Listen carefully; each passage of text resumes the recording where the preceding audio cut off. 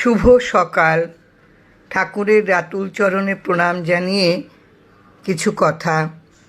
ঠাকুর বলেছেন, নাম ভিন্ন গতি নাই, নাম কলির পতিত পাবনী শক্তি, নাম মহামন্ত্র। নাম করার উদ্দেশ্য নামের সঙ্গে সম্পর্ক রাখা, তাঁর চরণে সমর্পিত হওয়া, সকল কর্তৃত্ব মোহ প্রলোভন ত্যাগ করে তার দাসত্ব স্বীকার করা।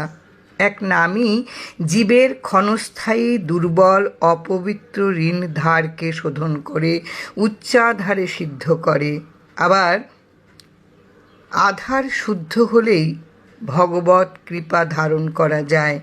নাম কর্মসৃষ্টির পথ বন্ধ করে কর্মক্ষয় করার পথ খুলে দিয়ে সত্যকে উন্মোচন করে।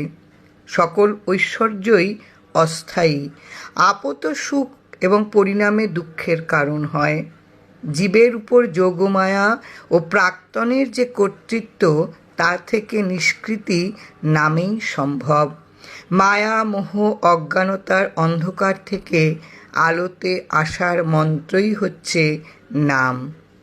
নামধারীর কাছে শারীরিক, সাংসারিক, জাগতিক ও অতিজাগতিক কোনো প্রলোভনই গুরুত্ব পায় না। জয় রাম,